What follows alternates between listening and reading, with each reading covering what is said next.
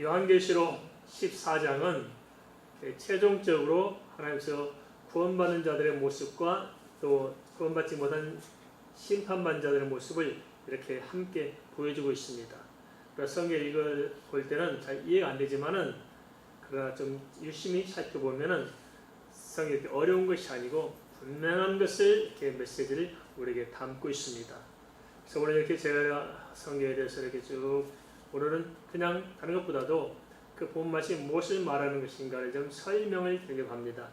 이렇게 한번 들으시고 돌아가셔서 다시 한번 요한계시록 14장 말씀을 쭉 읽어보시면 분명히 그 말씀이 내게 깊게 다가올 줄 압니다. 먼저 좀 생각해 볼 점이 있습니다. 최종적으로 구원받는 사람들은 어떤 사람들이 구원을 받을 수 있을까요? 우리가 누구나 신앙적인 최종적인 목표는 하나님의 어떤 구원받은 자녀로서 천국의 삶을 목표로 삼을 수 있을 것입니다. 그럼 어떤 사람들이 그런 천국의 영원한 생명의 안식을 누릴 수 있겠느냐 하는 것입니다. 요한계시록 14장 1절에서 15절은 구원받는 사람들의 최종적인 모습을 자세하게 기록하고 있습니다. 먼저 14장 1절 말씀을 좀 같이 보겠습니다. 함께 봅니다.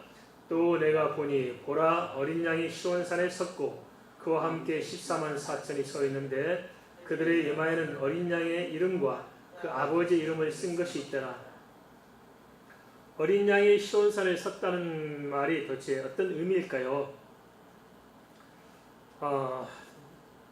시편 48편 2절 오바다 1장 21절 마태복음 4장 7절 히브리서 12장 21절 보면은 이 시온산이 무엇인가를 잘 이야기하고 있습니다. 한편은 이 예루살렘과 또 시온산을 따로 이야기할 수도 있고 또 하나로 말하는 것도 나옵니다만은 이 시온산은 영원한 하나님의 천국, 곧 하나님의 토성을 의미하고 있습니다. 이 시온산과 반대되는 것이 있죠. 그게 뭐냐면 이 하나님의 시온의 도성과 반대된 것은 우리가 잘 아는 바벨론성, 이 땅에는 사단이 통치하고 있는 바벨론성이 있습니다.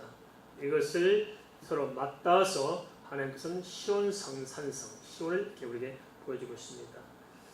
이 시온은 곧 구원받은 하나님의 백성들이 거하는 천국을 말하고 있습니다.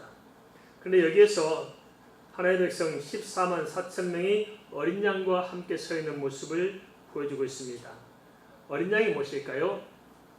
왜 어린 양이라고 기록하고 있을까요? 그것은 어린 양은 대속적 제물을 말하고 있습니다. 예수님께서 우리 인류를 위해서 대속 제물이 되셨잖아요. 그래서 어린 양으로 제물을 드리는데 그 어린 양으로 말함으로 말미암아서 예수께서 우리의 대속자로 계신데 그 대속적인 은혜를 입은 14만 4천 명이 바로 시온산에서 함께 있는 모습을 이렇게 보여주고 있습니다.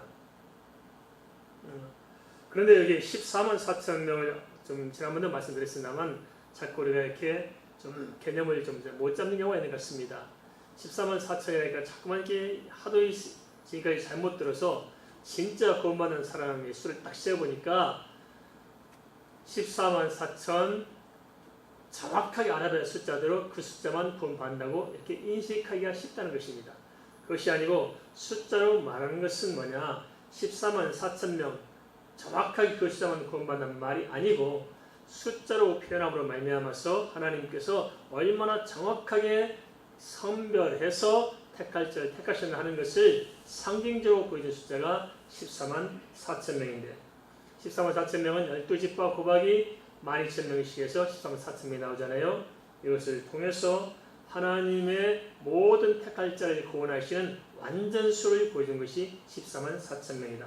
그래서 결국 14만 4천 명만 세는 것이 아니고 구원받은 모든 하나님의 백성들이 시온산에서 예수 그리스도 어린 양과 함께 그 대속을 입고 같이 있다라 하는 모습을 성경이 이렇게 표현해주고 있다는 것입니다. 그런데 그들의 이마에 어린 양의 이름과 아버지의 이름을 쓴 것이 있다고 기록하고 있습니다. 어떤 의미일까요? 이마에 뭐가 있다고요? 어린 양의 이름과 아버지 이름이 쓴 것이 있다고 이야기하고 있습니다. 근데 이것을 우리가 잘 알다시피 요한계시록 7장 3절에서 이미 살펴봤습니다. 그게 뭐냐면 택자, 하나님께서 선택한 자녀들에게 하나님께서 인을 치신다는 표현이 나옵니다. 인친다. 인친다는 무슨 말이고 도장을 꽝꽝 찍는단 말이죠. 이 도장을 언제 찍느냐 우리가 살펴보시는 게 뭐냐면 이 성경적 인친다는 배경이 어디서 나오냐면 그 목축업을 하는 사람들, 목동들이 함께 목축업을 할 때 이 소가, 이 양이 누구 것인지 알 수가 없잖아요. 들판에 같이 풀어놓고 키우니까. 그러니까 어떻게 하냐면 표시를 하는 것입니다. 표시를. 그래서 그 불에다가 도장을 새겨서 자기가 김씨면 기억을 새겨서 그 엉덩이에다가 도장을 찍어 놓습니다. 그러면 섞이지 않습니다. 미국에 가서 봤더니 그 대초원에다가 이렇게 풀어서 가축을 키우거든요. 그러니까 주인도 몇 마리 사는지도 모르고 누구 건지 모른다. 워낙 그냥 뭐 넓은 곳에 자기 가축을 풀어놓고 키우기 때문에. 그런데 때가 되면 팔 때문에 그것을 잡으러 가는데 뭘 보고 잡냐? 도장찍을 보고 잡아요. 도장이 찍혀 있습니다. 그것처럼 하나님께서 우리에게 도장을 새겨놨다는 것입니다. 그래서 이마에 도장을 새겼다는 거예요. 이마 만져보세요. 도장이 찍혀 있습니까? 큰일 난다. 도장이 안 찍혀서. 도장 안 찍힌 사람은 돈 받는 사람이 아니라는 거예요. 도장이 찍혀져야 되는 것입니다. 근데 왜 이마에 찍을까요?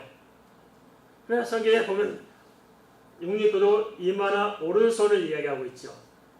그런데 이마는 뭘 상징하냐면 그 사람의 인격체를 상징합니다. 지정의가 어디서 나오면 이마에서 나옵니다. 우리가 슬프다, 애통하다, 마음이 아프다 할 때는 손이 어디로 가요? 가슴으로 가죠. 그런데 제가 어느 책에 있다 보니까 어느 한 족속들은 마음이 아플 때, 예전에 마음이 아플 때는 어디 잡았냐면 엄지발가락을 잡았대요. 엄지발가락 잡을 때 그냥 마음이 엄지발가락에 있다고 믿는 거예요. 근데 지금 우리가 어디가 있다고 믿어요? 가슴에 있다고 믿죠. 마음이 아프다고 손을 가슴에 대죠.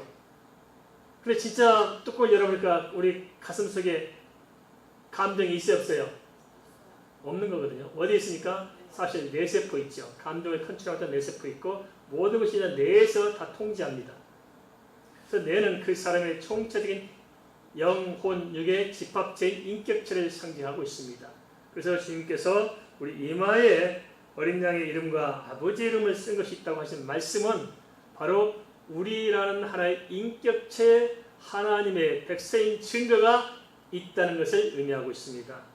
그 인이 뭘까요? 우리 이차타니가 자꾸 이렇게 복잡하게 생각합니다만 뭐 특별한 불도장을 찍어야 된다 이렇게 말하시는 분들이 있습니다만 그게 아니고 우리의 인격체가 예수 그리스도를 믿고 그 믿음으로 구별된 것을 성경은 인쳤다 이렇게 표현합니다.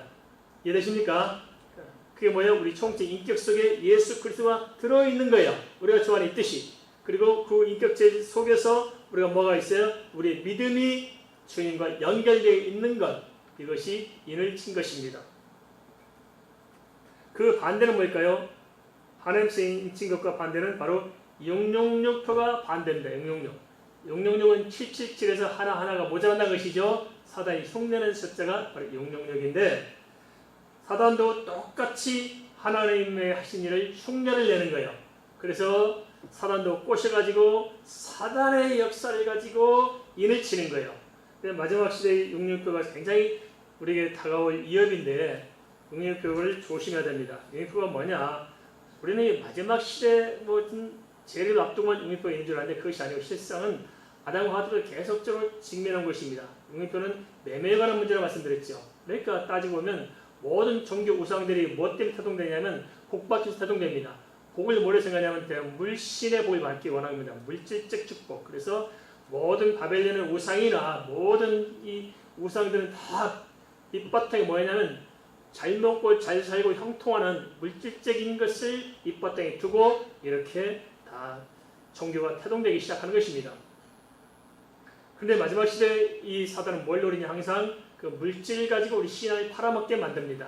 그래서 돈을 쫓아가는 돈신을 쫓을 것이냐 하나님을 쫓을 것이냐 이 속에서 항상 믿음을 저버리고 하나님을 떠나 이 세상 것을 쫓아가도록 만드는 것이 바로 662표 사단이 하는 짓이라는 것을 우리가 잘 알 필요가 있습니다. 특별히 무슨 장차 다가올 때 어떤 제도나 어떤 시스템이나 또 이런 것들 종교, 정치, 경제가 결합된 어떤 강력한 세력에 의해서 이 세상을 이끌어 가겠지만은 그들이 만들어낸 그 어떤 사회적 시스템 이전에 뭘 조심해야 되냐면 우리 자신이 정말 영적으로 바로 서 있느냐 서 있지 못하냐는 결국은 결정을 우리가 해야 되는데 그 믿음의 문제를 우리가 잘 짚어볼 필요가 있을 것입니다. 이어서 요한계시록 14장 2절의 3절 말씀을 좀 같이 봉독하겠습니다. 그냥 소리는 내지 말고 눈으로 읽겠습니다. 요한계시록 14장 2절 3절입니다. 내가 하늘에서 나는 소리를 들으니 많은 물소리와도 같고 큰 우레소리와도 같은데 내가 들은 소리는 검은 고 타는 자들이 그 검은 고를 타는 것 같더라. 그들이 보좌 앞과 내 생물과 장로들 앞에서 새 노래를 부르니 땅에서 속량함을 받은 14만 4천 밖에 능히 이 노래를 배울 자가 없더라. 우리가 말씀을 좀 읽은 그대로 다시 한번 리마인드 해봤으면 좋겠습니다. 하늘에 큰 소리가 났지요. 그 소리가 어떤 소리 같다고요? 많은 물소리와도 같고 큰 우레소리와도 같은데 가만 들어보니까 검고 타는 소리와도 같았어요. 그런데 가만 보니까 검고 타는 소리가 아니고 가까이 보니까 보호자 앞에 있는 네 생물과 장로들이 새 노래를 부르고 있는 모습이었는데 근데 그 노래를 아무나 부를 수 있는 것이 아니고 이 땅에서 속량을 받은 14만 4천 곧 구원받은 성도들만 그 노래를 배워서 부를 수가 있다고 기록하고 있습니다. 이것은 무엇을 의미하느냐? 천국의 장엄한 모습을 보여주고 있습니다. 우리가 살아가야 될 성도들이 살아가야 될 천국의 장엄한 모습을 지금 우리에게 보여주는데 그것을 새 노래가 울려 퍼지는 그런 모습으로 지금 우리에게 보여주고 있습니다. 그런데 왜 새 노래로 표현해주고 있을까요? 그것은 이와 같습니다. 모든 인간은 죄 때문에 영원히 지옥불에 던져져야 되는데 거기서 건짐받고 천국에 딱 들어가서 하나님 보좌에 서고 보니까 천국이 너무너무나 아름답고 이 너무 감격스러운 정도가 아니고 너무너무나 이렇게 가슴 벅찬 감동이 있는 것입니다. 감격스럽고 감사가 넘치니까 그때 우리가 탄성이 올라온 거죠. 이것이 바로 새 노래입니다. 하나님이 찬양한 것입니다. 그래서 성도들은 당연히 그 새 노래로 하나님을 찬양하는 수 있는데 지옥 간 사람들 하나님을 찬양해요? 아닙니다. 성경 우리가 이전에서 배워서 알다시피 이 지옥 간 사람들의 공통된 정서는 분노입니다. 분노. 내가 하나님 잘 믿고 살았는데 왜 지옥 갔습니까? 내가 봉사도 많이 했는데 지옥 갔습니까? 내가 하나님 좀 안 믿었다고 지옥 온 게 말이 됩니까? 분노에 가득 찬 것이 지옥인데 우리는 분노가 아니라 감격하고 감사하고 기뻐서 춤추는 것이 천국입니다. 할렐루야. 지금도 그 천국의 것이 우리 100% 사실이 믿어지면 정신병원에 입원해야 되니까 조금 덜 믿어지게 하신 것 같아요. 얼마나 감격스러운지. 그것이 바로 새 노래로 성경을 이야기해주고 있다는 것입니다. 그 사람들은 누구냐? 바로 하나님께 구원받은 성도들밖에 그 새 노래를 부를 자가 없음을 이야기하고 있습니다. 그러면 택함 받은 14만 4천 어떤 사람일까요? 도대체 어떤 사람들이 천국에서 살아갈 수 있느냐? 구체적으로 실제적으로 우리 눈으로 분별할 수 있도록 성경은 다시 이야기해주고 있는데 그것이 바로 요한계시록 14장 4절에서 5절 말씀입니다. 같이 보겠습니다. 요한계시록 14장 4절에서 5절입니다. 이 사람들은 여자와 더불어 더럽히지 아니하고 순결한 자라 어린 양이 어디로 인도하든지 따라가는 자며 사람 가운데서 속량을 받아 처음 익은 열매로 하나님과 어린 양에게 속한 자들이니 그 입에 거짓말이 없고 흠이 없는 자들이더라. 아무나 구원받는 것이 아니고 구원받는 14만 4천 명의 특징을 성경은 정확하게 보여주고 있습니다. 이 특징을 가지고 우리 자신을 살펴보면은 내가 정말 이 14만 4천 명에 속한 자인가 아닌가를 알 수 있지 않겠어요, 그죠? 그래서 그 말씀을 가지고 지금 내 자신을 정확히 좀 이렇게 들어봤으면 좋겠습니다. 첫째 뭘 말하고 하냐면 이 사람들은 여자와 더불어 더럽히지 아니했다고 이야기하고 있습니다. 여자와 더불어 더럽히지 않은 순결한 자를 이야기하고 있습니다. 이 말은 무슨 말이냐? 뭘 가지고 여자와 더럽히냐? 여기서 말하는 여자는 뭘 상징하냐면 바로 모든 우상을 말하고 있습니다. 우상. 하나님을 떠난 죄악과 우상이 바로 성경 여자라고 이야기하고 있는데 이 여자와 더불어 음행했다는 것은 곧 우상숭배입니다. 성경은 두 가지 음행을 이야기하고 있죠. 영적 간음인 우상 숭배, 육적 간음 몸으로 범죄한 죄를 아주 무섭게 지금 다루고 있습니다. 그래서 우리가 잘 깨야 됩니다. 마지막 시대는 뭐가 흥황하냐, 이 두 가지가 아주 굉장히 사람들을 현혹시킬 것입니다. 그래서 육적인 간음이 세상에 널리 퍼져가지고 아주 사람이 급속히 타락할 것입니다. 그리고 영적인 간음, 우상 숭배가 아주 급속히 퍼져갈 것이고, 많은 성도들이 미혹받아서 세상 종교에 빠지시고 하나님을 떠날 수 있을 것입니다. 이것을 보여준 것이 바로 소돔과 고모라고 노아 홍수 때 물심판, 불심판을 통해서 이미 다 보여준 바가 있습니다. 그 다음에 뭘 말하고 있냐? 어린 양이 어디로 인도하지 따라가는 자입니다. 어린 양은 누구를 가리킨다고 했어요? 예수 그리스도. 예수 그리스도께서 어디로 인도하지 따라간다는 말은 무슨 말이냐? 그것은 하나님의 기록된 말씀을 따라 사는 것을 의미하고 있습니다. 항상 말씀이 가는 만큼 가고 멈추면 멈추고 주의 말씀과 더불어 살아가는 것을 가리켜서 어린 양이 인도한 대로 가는 것이고, 또한 이 말씀을 성령께서 우리에게 조명해 주심으로 우리가 그 말씀을 따라갈 수 있게 될 것입니다.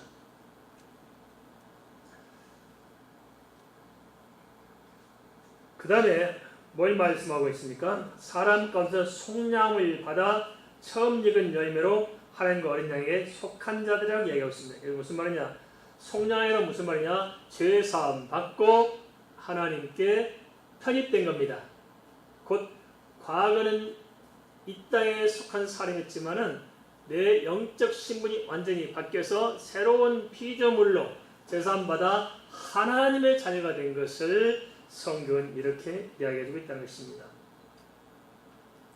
그럼 그런 사람들은 어떤 자느냐? 다시 또 이야기하고 있는데, 그 입에 거짓말이 없고 그 모든 삶에 흠이 없는 자라고 이야기하고 있습니다. 그러니까 우리가 늘 말씀드리면 예수 믿었어요. 그럼 대부분 사람은 어떻게 생각하냐면 내가 믿었으니까 구원받는다 생각하고 행하면 그냥 아무렇게 살아도 괜찮다고 생각해요. 이게 바로 우리가 잘 알시고 7개에서 나오죠. 이세벨을 따르는 자가 바로 이런 자들입니다. 이세벨. 그리고 발람의 교훈을 따르는 자가 바로 이런 자들이고요. 그러니까 이 영은 거룩한 것이고 육은 저속한 것이니까 우리가 영적인 일로 믿음으로 구원받았으니까 육체적으로는 상관없다. 어떻게 살아도 상관없다 하는 것을 성경은 아주 강력하게 경고하고 있습니다. 그건 심각한 문제입니다. 그래서 주님께서 그 나무는 그 실과를 알 수 있다고 명백히 선을 그어주고 있는데요. 지금도 이런 것들이 너무나 성행하고 있습니다.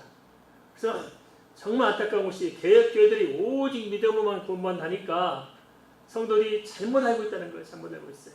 그런데 믿었으니까 구원받지, 그 사람은 좀 삶은 좀 엉망이어도 예수 믿었으니까 천국 갈 거야. 그게 절대 맞는 말이 아니라는 것입니다. 그것은 바로 구원파들이 주장하는 구원파 신앙입니다. 한국 개혁교회와 구원파 신앙을 구별을 못해요. 아닙니다. 아무렇게 살아도 믿음 말씀 천국 가는 것 절대 아닙니다. 성경은 반드시 믿는 자는 그 합당한 열매가 따름을 증거가 있음을 이야기하고 있습니다. 그 증거가 뭐냐? 그렇죠. 인격과 삶을 통해서 그리스도 예수의 향기가 드러날 때 그 믿음이 진짜 예수 믿는 것으로 인정된다는 것입니다. 동의하십니까? 그러니까 세상 사람들이 잘 몰라요. 교회 다니시면 잘 몰라요. 교회만 다니면 된다고 생각해요. 아닙니다. 왜 교회가 욕을 먹습니까? 진짜 예수 믿는 사람들의 집합체면 교회가 욕을 먹을 리가 없어요. 초대교회 보세요. 사도행전 2장 보면 당시 예루살렘교회의 모습을 보여주고 있거든요. 그때는 뭐라고 얘기하냐면 모든 세상 사람들, 저도 예수 믿는 사람들 존경했어요. 존경해요. 칭찬이 자제해요. 교회를 향해서.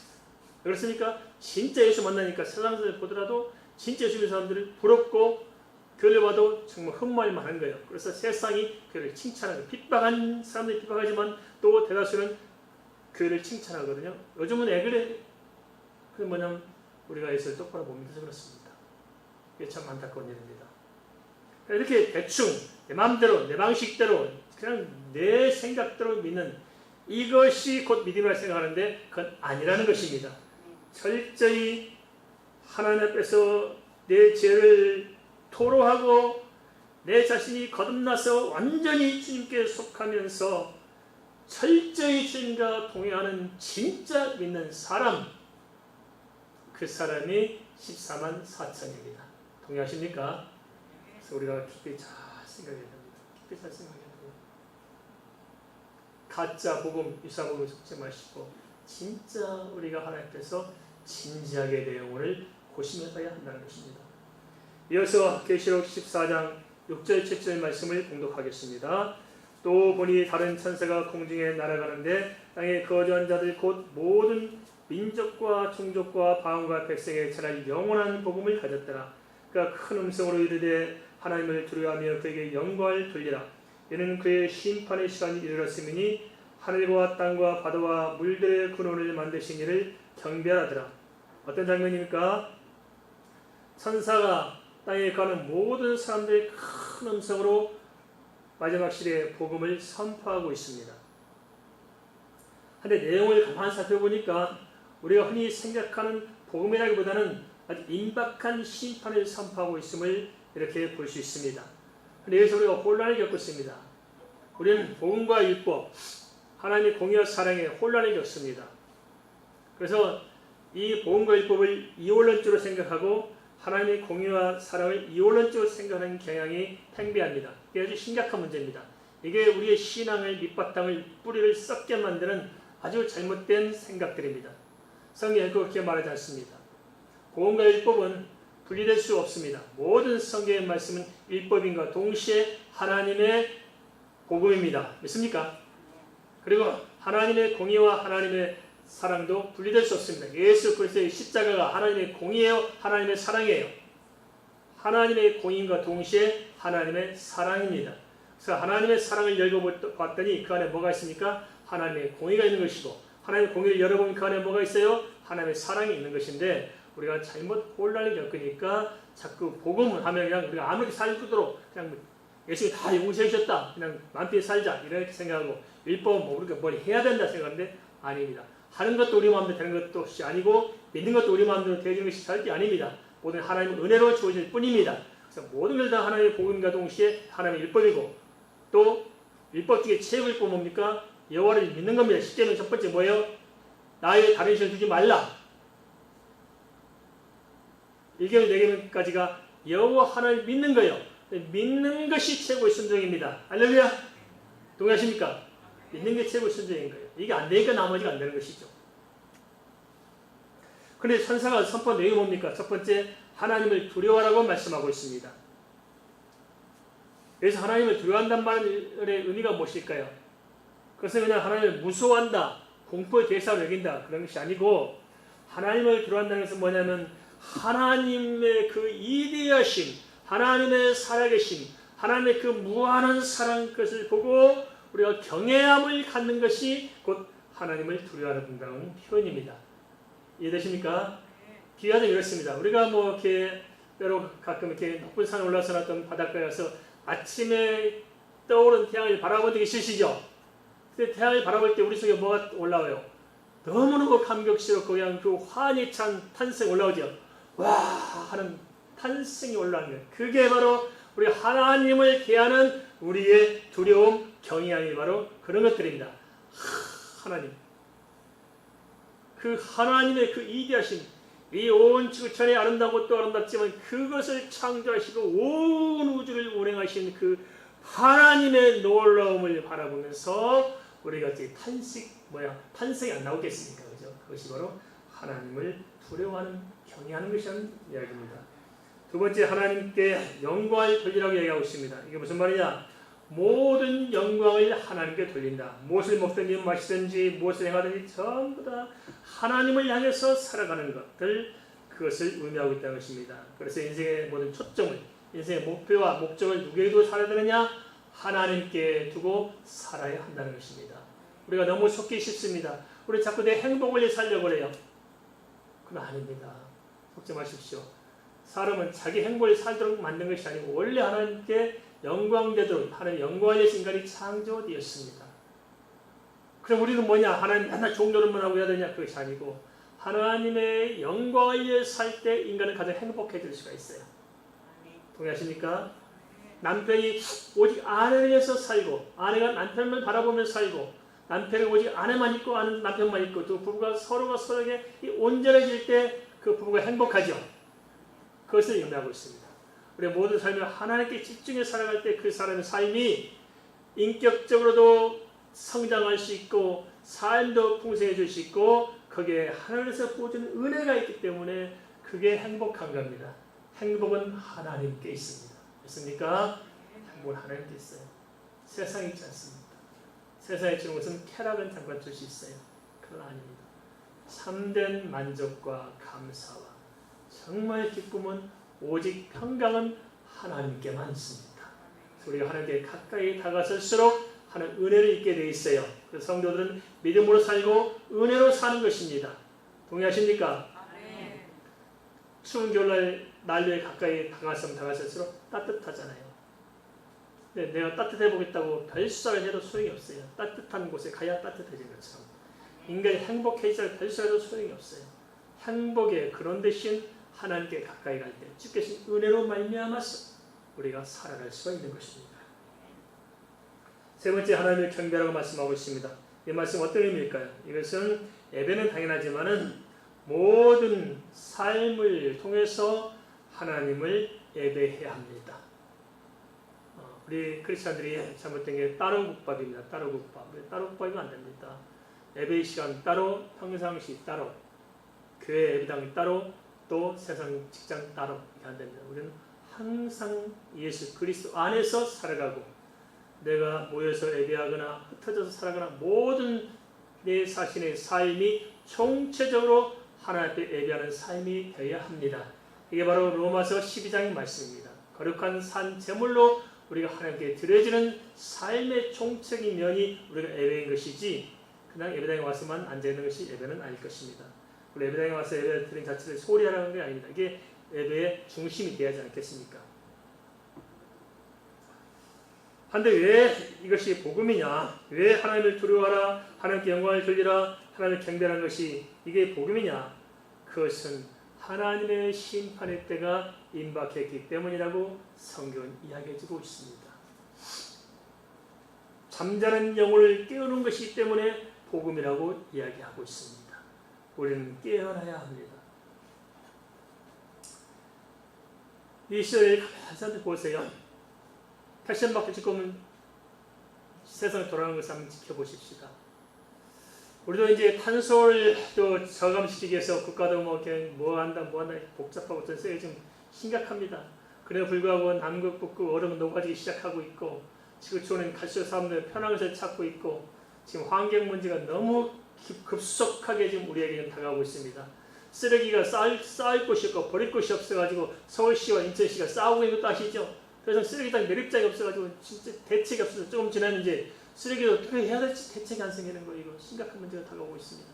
우리만 그런 줄 아십니까? 지금 보세요. 온 세계 바닷가가 지금 다 이게 쓰레기로 다 뒤덮여 있고 플라스틱으로 다 오염돼가지고요. 바닷가에 가보신 게 있으시죠? 바닷가에서 밀려온 쓰레기들이 바닷가 주변에 얼마나 쌓여있는지 말할 수가 없습니다. 온 세계 곳곳에 쓰레기 덮여져 있고 이게 심각합니다. 이게 개선될 수 있을까요? 절망적입니다. 코로나 끝날까요? 안 끝날 겁니다. 사스, 메르스, 코로나 그 다음 또 뭐가 할까요? 코로나 좀 잡혀간다 했더니 뭐예요? 또 변이 바이러스 그 다음 또 뭐가 할까요? 참 심각합니다. 지구촌의 지향이 점점점 가까이 밀려들고 있습니다. 그러나 우주의 지각 변동이 서서히 시작됐죠. 지진 이게 바로 지구촌 내부의 문제일 수 있겠지만 우주의 지각 변동의 문제일 수도 있을 것입니다. 심각합니다. 우리가 절망하며 살아가는 것이 아니고 이런 절망 속에 우리에게는 소망이 있습니다. 바로 예수 그리스도 안에서 영원한 천국이 있기 때문에 그런 점 있습니다. 그래서 우리가 이런 사실을 생각할 때 정말 우리 삶에 대한 구체적인 대책이 무엇이냐 생각했을 때 다른 것이 아니고 세상에 우리의 희망과 내리는 것이 아니고 어떤 세상 어떤 환경에 있을지라도 우리에게는 예수 그리스도 어린 양을 통해 대속받는 우리에게는 하나님 안에 있는 시온 성이 새 예루살렘이 우리의 궁극적인 소망이 있다는 것입니다. 이것을 바라보며 살라고 지금 천사가 외치고 있다는 것이죠. 구원은 오직 믿음의 문제입니다. 그러면 그 진정성 있는 믿음을 무엇으로 구별할 수 있느냐? 내가 하나님을 경외하고 있는 것인지, 내 삶이 하나님께 영광 돌리는 삶인 것인지, 정말 내 삶 자체가 하나님께 드려지고 하나님을 예배하는 삶인 것인지를 우리가 통해서 내 자신이 정말 하나님 안에 있는 것인가 벗어있는가 하는 것을 살펴보라고 지금 말씀하고 있습니다. 믿음이 정말 중요합니다. 그러면 하나님의 최후의 심판은 어떻게 진행될까요? 이제 이렇게 구원받은 자의 모습을 보여줬고 그 다음 이제 심판에 대해서 좀 이야기하고 있는데 그게 이제 요한계시록 14장 8절부터 나옵니다. 요한계시록 14장 8절 말씀 같이 공독합니다.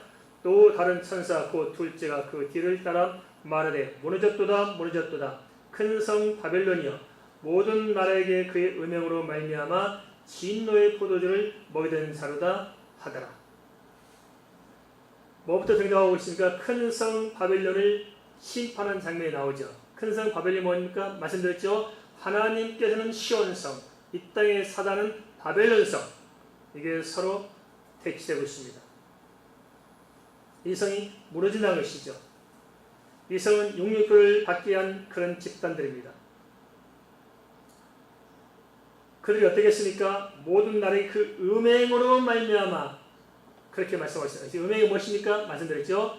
모든 우상, 하나님의 복음이 아니라 모든 유사복음, 가짜복음, 모든 세상의 종교를 가지고 이단 사이비를 가지고 사람들을 거꾸로 때리고 자기 편으로 만든 그것을 성경 음행 이렇게 이야기하고 있습니다.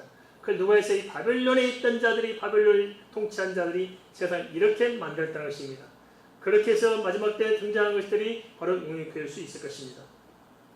계시록 10장 4절 5절에서는 그들의 정체를 잘 보여주고 있는데 정말 다시 또 17장 다룰 때 자세히 이야기했습니다만 다시 한번 좀 살펴보겠습니다. 요한계시록 17장 4절에서 5절은 뭐라고 말씀하고 있냐면 그 여자는 자줏빛과 붉은 빛 옷을 입고 금과 보석과 진주로 꾸미고 손에 금잔을 가졌는데 가져간 물건과 그의 음행에 더러운 것들이 가득하더라. 그의 이마에 이름이 기록되어 있으니 비밀이라 큰 바벨론이라 땅의 음료들과 가져간 것들의 어미라 하였더라. 하나님을 대적하는 모든 거짓 종교, 거짓 집단을 총체적으로 바벨론이라고 이야기하고 있는데 그 핵심에 있는 자가 누구냐 하는 것을 성경은 정확히 보여주고 있습니다.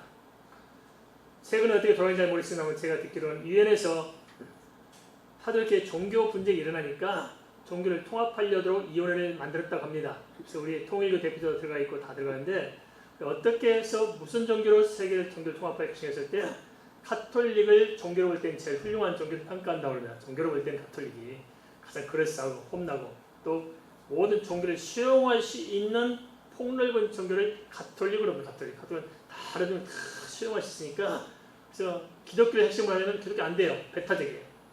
예수 믿어 본받는데 어떻게 종교 통합되어 있으면 안 돼요. 그러니까 가톨릭은 사도네 8천도 괜찮고 누구도 괜찮고 다 들어오시고 다 하니까 가톨릭을 중심으로 세계 종교를 다 이렇게 통합하도록 하는 위원회가 있다고 합니다.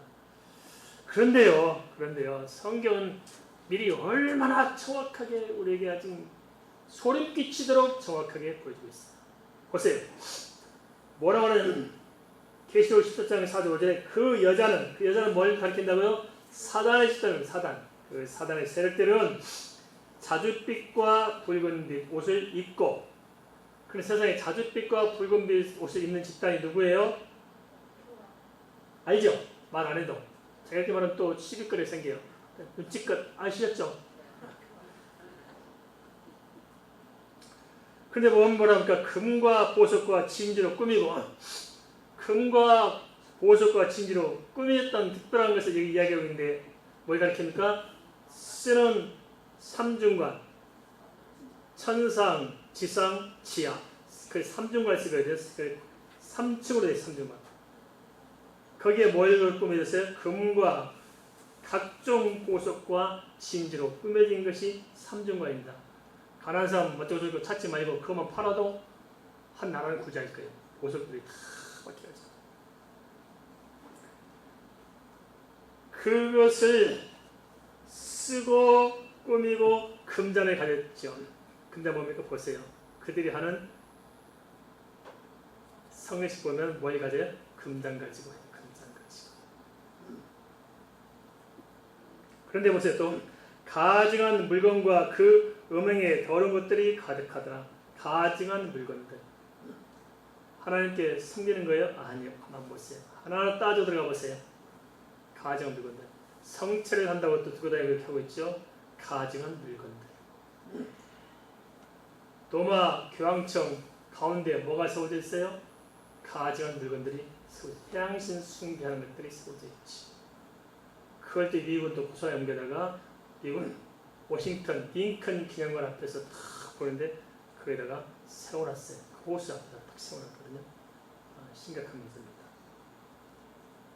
가증한 물건들, 음행의 더러운 것들, 우상 숭배의 더러운 것들이 가득하다고 그랬죠. 그 이마에는 이름이 기록되었다고 했습니다. 이마에 이름이 기록되는데 비밀이라 큰 바벨론이라고 그렇게 끝내버려요. 비밀이라 큰 바벨론이라. 그런데 그 삼중관 앞에 딱 글씨가 써 있어요. 그게 뭔지 아십니까? 몇 번 말씀드렸잖아요. 그게 뭐라 써 있냐면 예수 그리스도의 대리자라고 써 있어요. 그 이름이 기록되었으니 비밀이라 큰 바벨론이라 써 있어요. 그것을 가증하다고 성경이 이야기하고 있습니다. 땅의 음료들과 가증한 것들이 엄밀한 그 뭡니까? 겉으로는 그럴싸한 종교처럼 보일지 모르지만은 땅의 음료들과 가증한 것들의 엄밀한 곧 모든 하나님의 대적한 우상들의 엄밀한 성경은 정확하게 보여주고 있습니다. 하나님을 대적하는 모든 우상 거짓 기독교 모든 사입 이단들을 총칭해서 바벨론 성으로 표현하고 있습니다. 그 핵심 중심 세력이 누구냐? 하나님은 잘 열심히 지켜보면 되셨는데도 기독교인들조차도 좀 이름난 목사님조차도 이걸 분별 못하고 다 그쪽 편에 줄 서야 좀 힘께나 쓰는 사람처럼 행세를 합니다. 제 생각에서는 뭔가 뒷덜미들이 잡혔나 싶어요. 뒷조사해가지고 뭔가 다 붙들려가지고 꼭두각시 노릇을 하고 있는 것이 아닌가 하는 생각도 해보게 됩니다. 바벨론성을 심판하면서 동시에 거기에 속한 모든 사람들이 다 심판을 받는 것입니다. 마치 이와 같습니다. 베드로후서 2장 4절, 마태복음 25장 41절, 지옥은 마귀들을 멸하기 위해서 만들어 놓은 것인데 마귀에 달라붙어서 마귀의 지체가 되어 있기 때문에 사람 역시 마찬가지로 하나님을 떠난 모든 마귀에 속한 자들은 더불어 지옥에 가는 것입니다. 그래서 바벨론 성만 멸하는 것이 아니고 바벨론 성에 속한 자들이 더불어 몽땅 함께 심판을 받는 것입니다. 그럼 바벨론에 속한 자들은 어떤 사람이고 그들은 어떻게 하시겠다고 성경이 이야기하고 있을까요? 요한계시록 14장 9절 11절입니다. 같이 보겠습니다. 요한계시록 14장 9절에서 11절. 빨리 좀 띄워놓고 계세요. 또 다른 천사 곧 셋째가 그 뒤를 따라 큰 음성으로 이르되 만일 누구든지 짐승과 그의 우상에 경배하고 여마에나 손에 표를 받으면 그도 하나님의 진노의 포도주를 마시리니 그 진노의 잔에 섞인 것이 없이 부은 포도주라. 거룩한 천사들 앞과 어린 양 앞에서 불과 유황으로 고난을 받으리니 그 고난의 연기가 세세토록 올라가리로다. 짐승과 그의 우상에 경배하고 그의 이름의 표를 받는 자는 누구든지 밤낮 시험을 얻지 못하리라 하더라. 하나님을 떠나 우상 숭배하면 결국 진노의 포도주를 마신다고 경고하고 있습니다. 불과 유황으로 심판받는데 그것이 바로 지옥인데 그것은 힘이 없습니다. 지옥이 힘든 게 뭘까요? 불 가운데 뜨거운 것도 문제지만은 끝이 없다는 것입니다. 천국도 영원하고 지옥도 영원하다. 믿어지십니까? 한번 따라서 하세요. 천국도 영원하고 지옥도 영원하다. 그걸 생각하면 지금 우리가 아찔하잖아요. 잠깐 살다 가는데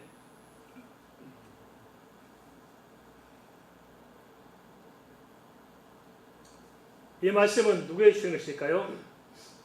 그것은 불신자에게 주는 것이 아닙니다. 예수님이 돌아올 말이 아닙니다. 때가 임박한 때는 더 이상 불신자는 복음을 들을 수 있는 기회가 없어집니다. 때가 되면 예배할 수 있는 기회도 없고 회개할 수 있는 기회도 없고 끝나는 것입니다. 이걸 조심해라. 요한계시록 10장 11절에 다시 예언하는 대상이라죠. 두루마리를 먹고 다시 예언하리라 하는데 그 예언을 들을 수 있는 대상은 불신자들이 아니고 믿는 하나님의 성도들이라는 사실들을 지난주에 언급했습니다. 불신자는 여섯째 인까지 돌아올 수 있도록 선포한 말씀만 듣지 본격적으로 일곱째 심판에 대해서 들어갈 때는 불신자는 딱 닫혀진 거예요. 끝났어요. 거기까지 닫혀집니다. 그러니까 참 이걸 생각하면 전도를 해야 하지 않겠어요? 이 순간 정말 단 한 생명과 함께 돌아와야 되는데 왜 그럼 하나님께서 이렇게 경각심을 주실까요? 그것은 믿는 성도들이 끝까지 흔들리지 않도록 붙잡아주기 위해서 이렇게 말씀하고 있다는 것입니다. 요한계시록 14장 12절은 그것을 이렇게 말씀해주고 있습니다. 요한계시록 14장 12절 보겠습니다. 성도들의 인내가 여기 있나니 그들은 하나님의 계명과 예수의 믿음을 지키는 자니라. 왜 이 말씀하셨냐고요? 그것은 갈수록 영적인 상황이 공고해지고 더 험악해질 것입니다. 그럴 때 성도들이 어떻게 한다고요? 인내해야 됩니다. 뭐 해야 된다고요? 인내. 잘 참아야 됩니다. 잘 참아야 됩니다. 그러면 우리 인간의 능력까지 잘 참아줄 수 있을까요? 그거 아닙니다. 인내한다는 것은 무엇이냐를 잘 이해할 필요가 있습니다. 무조건 참자 뭐 이게 인내가 아니고 인내한다는 건 무슨 말이냐? 믿음으로 하나님의 말씀을 받고 그 말씀 안에서 하나님의 말씀에 수종되는 것이 인내하는 것입니다. 말씀 받고 말씀 붙드는 것이 인내하는 것입니다. 뭘 지켜내요? 하나님의 말씀의 언약을 지키는 것이 인내지 다른 것이 아니라고 성경은 이야기하고 있습니다. 우리는 잘못 알아요. 그건 팽개치고 다른 것을 뭐 참는 게 있는 줄 아는데 아니요. 하나님의 말씀을 내가 받아야 해요. 말씀 받는 말은 무슨 말입니까? 믿는 거예요. 믿고 그 말씀을 지키는 것이 인내다. 그럼 어떻게 인내할 수 있느냐? 하나님의 말씀을 믿으면 그 말씀이 내 안에 능력이 되고 그 말씀이 내게 발 아래 등불이 되어서 친히 그 말씀이 나를 하나님의 말씀을 지키도록 붙들도록 이끌어 가시는 것을 가리켜서 인내한다고 합니다.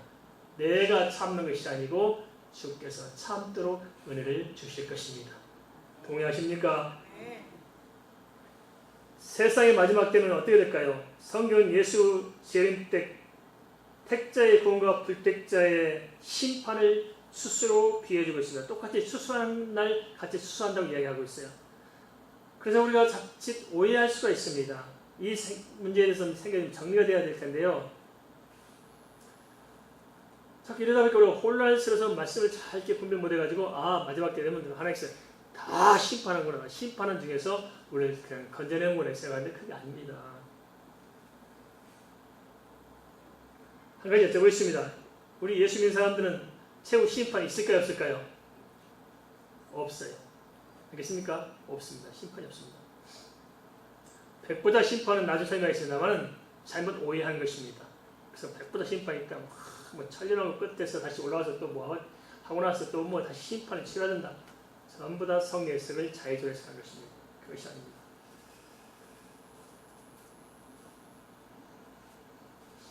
우리는 심판 때 세워지지 않습니다. 예수 믿는 순간 사망에서 생명으로 옮겼고 할렐루야! 있으니까 이미 사망의 생명으로 옮긴 것입니다. 마태복음 13장 30절은 알곡과 가라지를 따로 구별하심을 말씀하고 있습니다. 알곡, 가라지를 같이 취급하는 것이 아니고 알곡은 알곡으로, 가라지는 가라지로 따로 취급하는 거예요.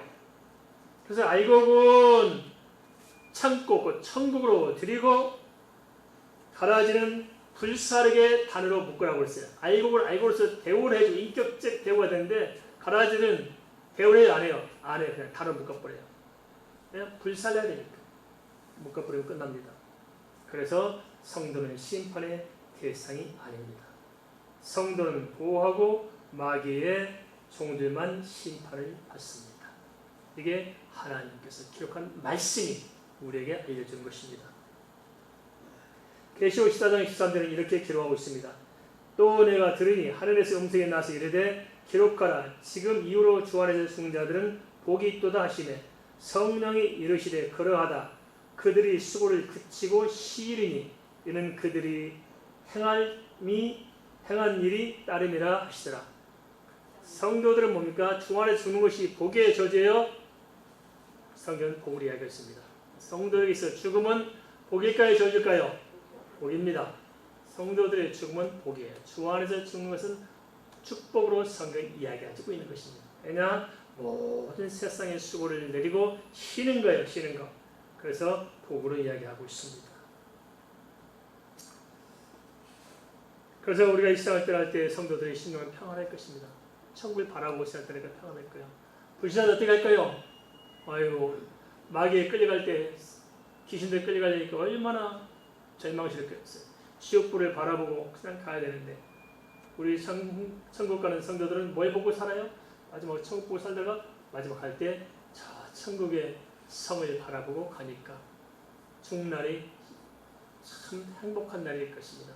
이 세상을 떠나는 날이 가장 행복한 날입니다. 믿습니까? 우리는 이 땅에서 큰 미련들 거 없습니다. 이렇게 종기하게 죽음을 맞이할 필요가 있는 것 같아요. 성도는 종기하게. 끝까지 며칠 더 살아고 있다 그러면 코에다 꽂고, 뭐에다 귀에다 꽂고, 목에다 꽂고, 뭐 꽂고, 이럴 필요 없어요. 우리는. 그죠? 그냥, 몸이 아파서 병을 가더라도 그냥 복잡하게 할게요. 마지막 때 답답하지 않도록 수면에 쉬도록 해주고, 진통제를 맞고, 그냥 내부터 뭘 집어넣고 쑤셔넣고 그냥 병원 돈 벌어주라고 이렇게 죽을 것 생각하다 지옥을 하다가 죽지 마시고, 죽을 때 되면 죽는 게 복입니다. 할렐루야! 편히 가십시다. 뭐 이렇게 미련을 가져요. 천국은 쉬는 곳입니다. 할렐루야! 쉬는 것입니다. 수고하고 무거운 짐 자들아 다 내게로 오라. 내가 너를 쉬게 하리라. 할렐루야! 마음 편하게 쉬십시다. 이 땅에 살 때도 복잡할 거 없어요. 쉬어요. 쉬어 마음을. 알겠습니까? 쉬게 맡기고 아무리 복잡해도 마음을 쉬어야 합니다. 그러면 하나님께서는 무슨 도구를 가지고 투술하실까요? 투술한 도구가 무엇일까요? 요한계시록 14장 14절에 16절에 나와 있는데 16절만 봉독하겠습니다. 요한계시록 14장 16절. 구름이 앉으시니가 낯을 땅에 휘두르매 땅의 곡식이 거두어지니라. 낯은 뭘까요? 낯을 추수하지요. 그 낯이 뭐냐? 하나님의 말씀이 낯입니다. 하나님의 말씀으로 추수하는 거예요. 그 말은 무슨 말이냐? 하나님의 말씀을 선포했을 때 그 말씀을 믿는 자는 하나님 앞에 구원을 받을 것이요 그 말씀을 거역한 자는 하나님 앞에 구원을 받지 못합니다. 하나님의 수수의 도구는 하나님의 말씀입니다. 여기서 한 가지 궁금한 점이 있을 것입니다. 성경은 말씀을 추수한다는 그렇다면 불신자는 무엇을 추수하는 것일까요? 요한계시록 14장 17절에서 18절 말씀 보겠습니다. 계시록 14장 17절에서 18절입니다. 또 다른 천사가 하늘에 있는 성전에서 나오는데 역시 예리한 낯을 가졌더라. 또 불을 다스리는 다른 천사가 제자로부터 나와 예리한 낯 가진 자를 향하여 큰 소리로 불러 이르되 내 예리한 낯을 휘둘러 땅에 포도송이를 거두라. 그 포도가 익었느니라 하더라. 이 포도송이도 어떤 포도송입니까? 불신자를 가리키는데 포도송이 익었다는 것이 무슨 말일까요? 하나님을 떠난 죄악이 익을 만큼 익었다는 것입니다. 그래서 마지막 시대에 보면은 이 세상 죄가 만연할 것입니다. 근데 무엇으로 거둬들입니까? 역시 예리한 낯을 가지고 거둬들는데 불을 다스린 천사가 나옵니다. 이 불을 가진 천사는 지옥 심판을 맡은 천사인데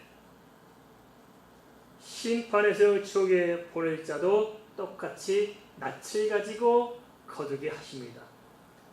이는 자적도인 주의 말씀으로 측량해서 적합한지 부적합한지도 역시 가릴 수 있는 말씀이 있다는 것을 이야기해주고 있습니다.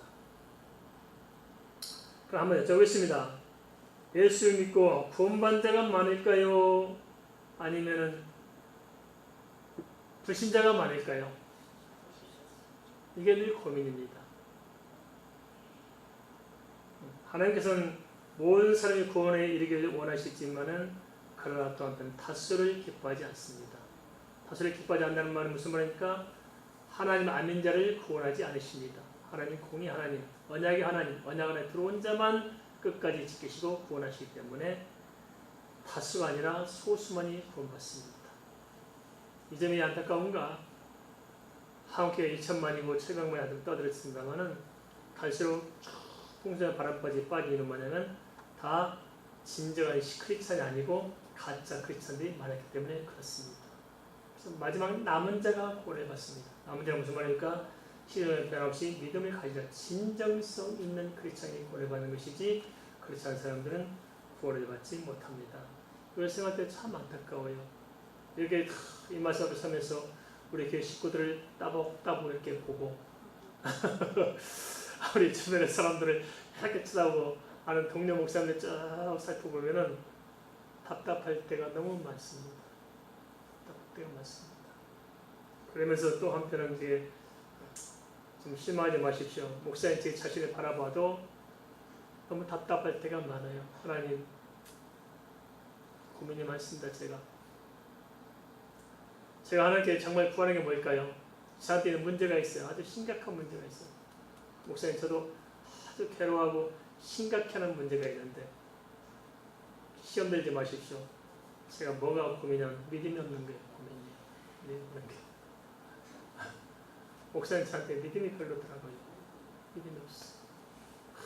하나님 그래서 제가 기도 많이 한다치요. 믿음을 좀 주세요. 믿음을.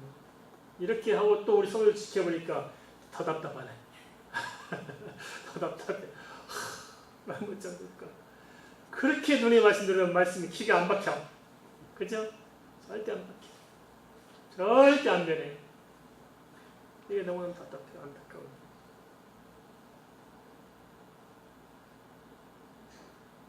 하나님께서 우리를 구원하신 도구도 말씀입니다. 우리를 추수할 때도 뭘로 주세요? 말씀을 주세요. 사단도 똑같습니다. 우리를 지편 만든 걸 뭘로 해요? 말씀. 마지막 때 뭘로 우리를 넘어뜨려요? 말씀. 그래서 이 시대는 분별을 잘해야 됩니다. 다수가 있다고 옳은 게 아닙니다. 알겠습니까? 다수가 있다고 옳고 사람이 많다 그리 가면 큰일 납니다. 어디 달라붙어야 해요? 우리는 적은 쪽으로 달라붙어야 돼요. 알겠습니까? 진리의 말씀 쪽은 사람들이 많이 안 갈 거예요. 좁은 문이라 가는 사람이 별로 없어요. 그쪽으로 가야 생명의 길입니다. 알겠습니까? 네. 세상 보고 살지 맙시다. 편한 거 보고 살지 마십시다. 세상 옳다 해서 옳은 게 아닙니다. 하나님께서 옳다고 해야만 옳은 것입니다. 그것이 깨뜨려지고 내 자아가 부셔져서 그것을 우리가 알아야 우리가 마지막 날 후회함이 없는 거예요. 마지막으로 계시록 14장 19절 20절 말씀 공독하겠습니다. 천사가 낯을 땅에 휘둘러 땅에 포도를 거두어 하나님의 진의 큰 포도주 틀에 던지매 성 밖에서 그 틀이 밟히니 틀에서 피가 나서 말굴레까지 닿았고 1600 스타디온에 퍼졌더라. 무엇을 말씀하고 있습니까? 이들은 진의 큰 포도주 틀에 던져서 밟힌다고 말하고 있습니다. 진의 큰 포도틀에 포도송이를 집어넣고 밟는데 어디서 밟아요? 성 안에서 밟아요? 성 밖에서 밟아요? 성 밖에서. 성 안이라고 해서 하나님의 구원을 받은 것을 이야기하고 성 밖은 버려짐을 당한 것입니다. 이들은 버려졌기 때문에 성 밖에서 큰 틀을 놓고 밟아요. 그런데 이 하나님을 떠난 악이 익은 이 포도송이들을 큰 틀을 놓고 밟는데 뭘 말합니까? 심판을 말합니다. 심판하는데 포도에서 포도즙이 나와야 맞아요? 피가 나와야 맞아요? 포도주가 나와야 맞잖아요. 포도즙이 안 나오고 피가 나옵니다. 이것은 무엇을 의미하냐? 성경은 너무 정확하게 표현해주고 있습니다. 왜 피가 나오냐? 이것은 예수 그리스도의 대속의 피를 거역한 인간의 제약된 생명의 본질인 그 피를 의미하고 있습니다. 아셨습니까? 생명이 어디 있어요? 피에 있죠. 피가 나온다는 것은 그들의 죄악으로 구원받지 못한 더러운 피임을 이야기하고 있고 상대로 예수 그리스도의 대속의 피와 견지면서 그 하나님의 사랑을 저버린 그 진노한 무엇인가 하는 것을 성경은 이렇게 사실적으로 이야기해주고 있다는 것입니다. 예수 그리스도의 피값을 그렇게 욕되게 한 그들의 최후는 이렇습니다. 계시록 14장은 최종적인 구원과 심판의 모습을 보여주고 있습니다. 이를 통해 우리는 본문을 가지고 몇 가지를 우리가 좀 다시 정리했으면 좋겠습니다. 첫째 뭐냐? 성도는 불신자와 똑같이 심판을 받아요? 안 받아요? 안 받는다. 성도는 보호받고 불신자만 심판을 받습니다. 마지막에 걱정할 게 없어요. 우린 이미 하나님 안에 있습니다. 믿으십니까? 네. 철저히 보호받습니다. 걱정할 게 없어요. 그 다음에 두 번째로 구원과 심판의 기준이 무엇이냐? 다른 것이 아닙니다. 다 내려놓으세요. 세상 의장은 전부 내려놓고 내가 예수 오래 믿었다 뭐 다 내려놓으세요. 다 내려놓고 뭘 보냐? 진정성 있게 내가 정말 주의 복음의 말씀을 믿느냐 믿지 않느냐는 그 믿음을 가지고 평가하는 것입니다. 제 말씀을 진짜 믿느냐 안 믿느냐 진지하게 고민해 보세요. 그냥 믿어지려고 한다 아니고 믿어보려고 한다 아니고 진짜 믿어지느냐 안 믿어지느냐